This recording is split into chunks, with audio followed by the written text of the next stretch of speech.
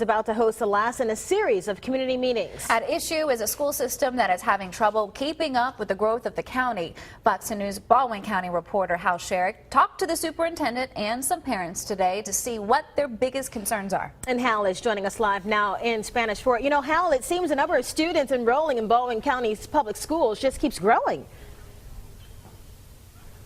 It really does, and the problem is that a lot of schools here in Baldwin County are bursting at the seams, and there's no funding to fund new schools to be built.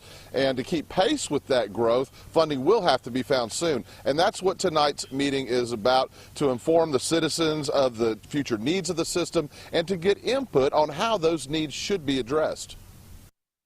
In the fastest growing county in the state, Spanish Fort is one of the fastest growing areas. Schools are a big reason people move to the area, but schools here are already very crowded. Rockwell Elementary will have 20 new classrooms at the opening of next school year, but they will immediately be full. The high school has no room to expand and the students keep coming. It's become a common problem throughout the county. Time frame is we needed schools 3 years ago. We're gaining about 800 students a year right now. And that's roughly an elementary-sized school.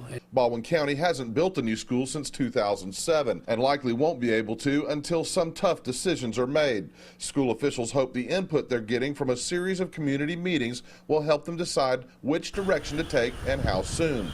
As it stands now, the penny tax voters chose to reinstate in 2012 will go away in 2 years. For that reason, the school system has no bonding capacity, which means they can't get a loan.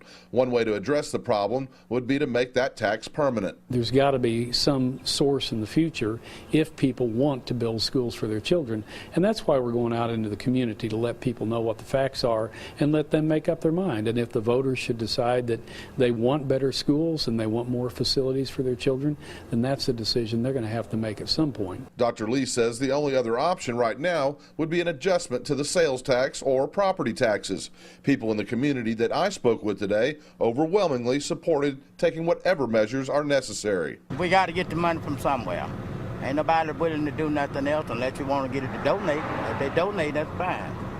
But just donating a penny, they want to throw a penny off of it. Let it stay like it is. The property taxes are much less here, so a 1 cent tax would not mean anything to much of anybody.